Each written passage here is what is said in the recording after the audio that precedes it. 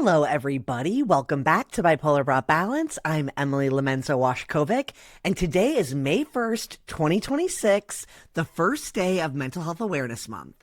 Mental Health Awareness Month is so valuable to me because it's a time to shine even more light and attention on different diagnoses, information about mental health for all, and also gives us a chance to better understand the different things that we can do to support ourselves or our loved ones who are going through mental health. So I'm taking it upon myself to produce tons of content this month. On my show, Success Rewritten, we are going to have mental health tiebacks for every single episode of the month. And not all of the guests have their own mental health diagnosis or journey, but that's what I think Mental Health Awareness Month is all about. Mental health education, language, understanding that shouldn't just be accessible to people with a diagnosis. It should be something that we're all aware of. And I have to say, when I was a kid, I'm a millennial, so when I was growing up in school, we didn't learn about mental health. And I often say I had a lot of things to be anxious about or stressed about, but I had no verbiage for that, no words to describe that stuff, because it wasn't something that we really talked about. And a lot of that is due to stigma, and stigma still exists today. But a lot of it is just due to awareness and education. And things like the internet have allowed us to spread information, share stories more broadly, but also just this idea or concept that something is wrong with you or you need to be separated from society if you're having mental health struggles. Those things have come a little bit down, I guess I would say. Conversations about mental health have been normalized a little bit, but there is still a lot of stigma. And I started sharing my story due to the many privileges that I have in my life, and I'm going to talk about that a little bit today. But I want to just encourage people to share and talk. And I don't think that everyone needs to go on the internet and share. I know that's not for everyone. But even with friends or family or in local groups, sometimes talking about these things, whether you're the one living with a diagnosis or supporting someone, loving someone, it's valuable to share your experience and to normalize the fact that mental health is a journey we all walk, whether we have a diagnosis or not. And the more knowledge we have about mental health, the better we can take care of ourselves and support people around us. So, real quick, I'm going to give a little backstory on myself, why I started sharing my story, and then talk a little bit about my promise for Mental Health Awareness Month. So I was diagnosed with bipolar disorder in my late 20s. I never really struggled with mental health growing up. I played sports, I played instruments, I was very active in school, did well in school, and never really struggled or had a lot of challenges growing up. I went to UW-Madison for college, got a double major, graduated in 4 years. Very normal life and upbringing. I worked professionally in Wisconsin for a while and then moved out to California for 4 years before coming back to Milwaukee. And that entire time, I never knowingly dealt with mental health challenges. Now, I can reflect back now that I have my diagnosis and see periods where I was definitely hypomanic or even manic at some times. And I didn't have any awareness or knowledge for what to even be looking for. But one of the privileges in that journey of not having those experiences when I was younger is I was a fully developed adult when I had my episode and diagnosis, and I had built up credibility at my job, and I had built an identity for myself that I was proud of. And so getting that diagnosis didn't limit for me what I felt was possible for my life. Obviously, after I was first diagnosed, there was a long period of time where I was regaining trust in myself and in my brain. But I really do think if I had been diagnosed in my teen years, I might have not thought I could achieve as much as I did before I was diagnosed. And so that was one of my privileges. I feel like I show up in the world as a successful person who can now say, I'm living with and managing bipolar disorder.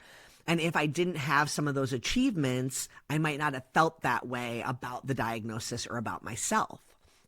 I also had the privilege of great insurance. So I was able to get treatment, care. I was in inpatient treatment for 6 days. And then I did about 7 weeks of outpatient treatment full time, Monday through Friday, like 8 to 3. And that was a privilege. I saw people in treatment get turned out after only a couple days or a week or two because their insurance said that's plenty. And even for me, 7 weeks, I could have probably learned more, but I was able to then return back to work. And that was a privilege, getting that time out from my life to go through treatment and then return back to work with this new knowledge and skills I had built. And, a path forward had been laid out for me. And because of that, I felt like that was another reason that I could share. I worked at a corporation at the time that really empowered people. And let me just say, no one can fire you for a mental health disorder. So I was a little bit of like a protected class. But I was lucky to be at a place where I knew it wouldn't decrease my opportunities by being open. If anything, they would want to support me and elevate me. And that's a privilege. So in going through that experience of returning to work, I realized I wanted to start being an advocate. And so at my 1-year mark of my hospitalization and diagnosis, I launched Bipolar Brought Balance, which was originally just a blog and a social handle on Instagram. So I would share videos and clips, but it was just a lot of static posts, written articles. And now, through all of my work with my podcast and my show, I have the equipment to do more of this storytelling in a video and dynamic format. And I continue to see the privileges that I have as the reason that I need to continue my journey sharing. I don't believe that everyone needs to be open about their diagnosis. For some people, that maybe won't make you feel better or more supported, depending on your circumstances, whether that's family, friends, coworkers. I don't want to give this impression that I think everyone needs to be out and open and sharing their diagnosis. It needs to be what's right for you. And for many people, not sharing, especially in the workplace, is the reality of what's best for them. So I don't want to say that everyone should share, but I do know that the more that I have shared in the past 7 years, the more I've been able to connect with other people, whether they have their own diagnosis and experience or they're supporting someone who's living with that diagnosis. And each time I meet someone, it makes me feel a little bit less alone and also reminds me how many people need support. Whether you know what they're going through or not, we can all just be better neighbors, colleagues. And so I feel like if you're comfortable sharing, and again, that could just be with one person. It does not need to be online talking to everyone, but share what you're comfortable with, because the more we talk about it, the more we realize that we're all living with stuff. We're all showing up every day, doing our best, and we have things going on that people are not aware of. And that makes you strong. That makes your story great. And even if you have periods where you're slipping back into an episode, that doesn't mean that you're not doing a good job or you can't be an example of living with whatever your experience is or your diagnosis. So share where you're comfortable, because you will find a lot more people can relate than you think. I think the stat is 1 in 5 Americans are impacted by mental health diagnosis. So that means either like they have one or it's a family member or friend. And so the more we talk about it and the more we share the reality of what it's like, the less stigma exists. And I want to talk real quickly about stigma, because Mental Health Awareness Month is a great opportunity to break down stigma.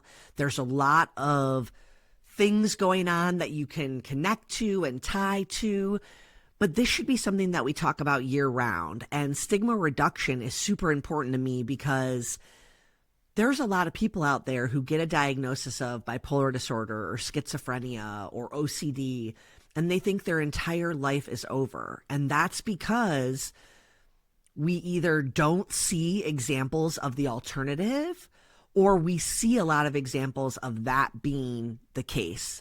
And what is really true is there's a lot more people living with bipolar disorder and schizophrenia than you know, but they're not sharing because they don't want to be perceived differently than how they're actually showing up in the world. And so I just want everyone to think about that. Stigma is going to be broken down the more we share and we say, bipolar disorder doesn't just look this way. Depression doesn't just look this way. This is my experience. This is my journey. And something that's been really valuable for me is learning about the different experiences of bipolar disorder or ADHD. People have way different experiences than my lived experience, but the same exact diagnosis. And I think that's something that we need to be aware of as well. There are people living with all kinds of diagnoses, and the way they experience them is different. And so each of us can better support ourselves and the people around us by learning. What does ADHD look like? What does bipolar disorder look like? And it's good to learn in general. So maybe from a vetted organization like Mental Health of America, NAMI, the National Alliance of Mental Illness. These are organizations where you can get information and resources about, the scientific and clinical side of things. But it's also good to hear firsthand experiences because that's the embodiment of a diagnosis or a disorder. And, when I do presentations of lived experience, so I do police de-escalation training, I've presented to first responders before, I always tell the story of the night that I was hospitalized because I had to be strapped down to a hospital bed and sedated.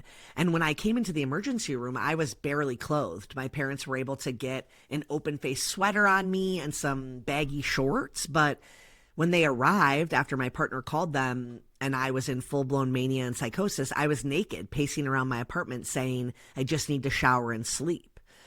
And so when I've been at police training all day and they see me as, a normal person, an actor, I'm engaging with them, I'm doing talkbacks, and then I stand up there and I tell them this is what I looked like when I was in full-blown mania and psychosis, that then helps when they go on their next call to realize and remember the way you're seeing that person right now is not the full embodiment of who they always are as a person. And I always say that we shouldn't pass any judgment about what led to an episode. We should just be helping the person through the episode.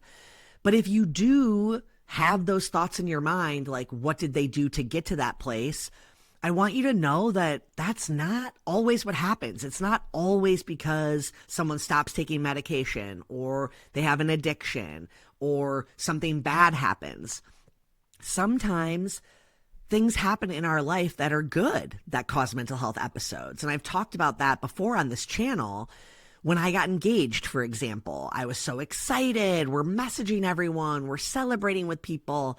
And my sleep was not good. I was too engaged late at night. And after about 2 days, I realized I need to take a little bit more of my medication to bring myself into a more balanced state, to be able to get sleep.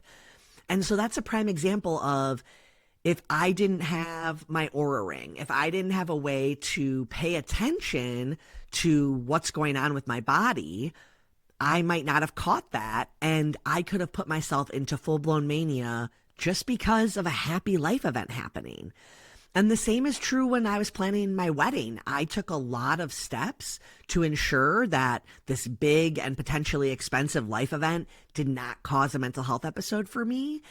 And those are all things that I was able to do with the support of my friends, my family, my treatment team. And we need to normalize that people who have mental health and are maybe sometimes in these states of needing support, that is not reflective of who they are all the time. And the more we normalize the fact that people need access to resources in order to stay well, the more the conversation is focused on the right thing, which is supporting people and getting them the resources they need to be well. So I think I got a little off topic there, but the point I was trying to make is stigma reduction is best done through storytelling. And if you're comfortable sharing your experience with others, can start to demystify the unknown of a diagnosis, a lived experience, any language that you can put to what you're going through, I do think helps process it. So keep that in mind. I'm so excited for this month because I have tons of content planned. Some of it's bipolar disorder specific, some of it's about ADHD. I'm also doing some really cool actual in-person stuff with other people. So the last week of May, I'm going to LA for a couple days. We're going to shoot some episodes for Success Rewritten with guests that have been impacted by suicide. And I'm also meeting with a creator who lives with ADHD, and he invented these super cool headphones that use high frequency to essentially create a meditation method that is better for people with neurodiversity. So I'm going to do a little video on here when I unbox the headphones and try them for the first time, but there's so much to dig into about my own journey and lived experience, and also other people's journeys who look so different than mine. If you have something that you think we should cover this month, let us know, comment below, or you can reach me, Emily@bipolarBroughtBalance.com. You can also email Emily@SuccessRewrittenShow.com if you have a guest idea for that show. But this is such an important month. Share your story if you're comfortable. Seek out some education about your own diagnosis, or if it's a diagnosis of someone in your life. The more we learn about and normalize mental health diagnoses and experiences, the less stigma there will be, which ultimately leads to more support for everyone. So thank you for being here. Thank you for supporting the content, and be sure to support someone in your life who's going through mental health. And if that's you, support yourself. Get good sleep. Get yourself a sweet treat. Whatever you need to do to feel a little bit of joy today, go do it. We'll see you on the next episode. Bye for now.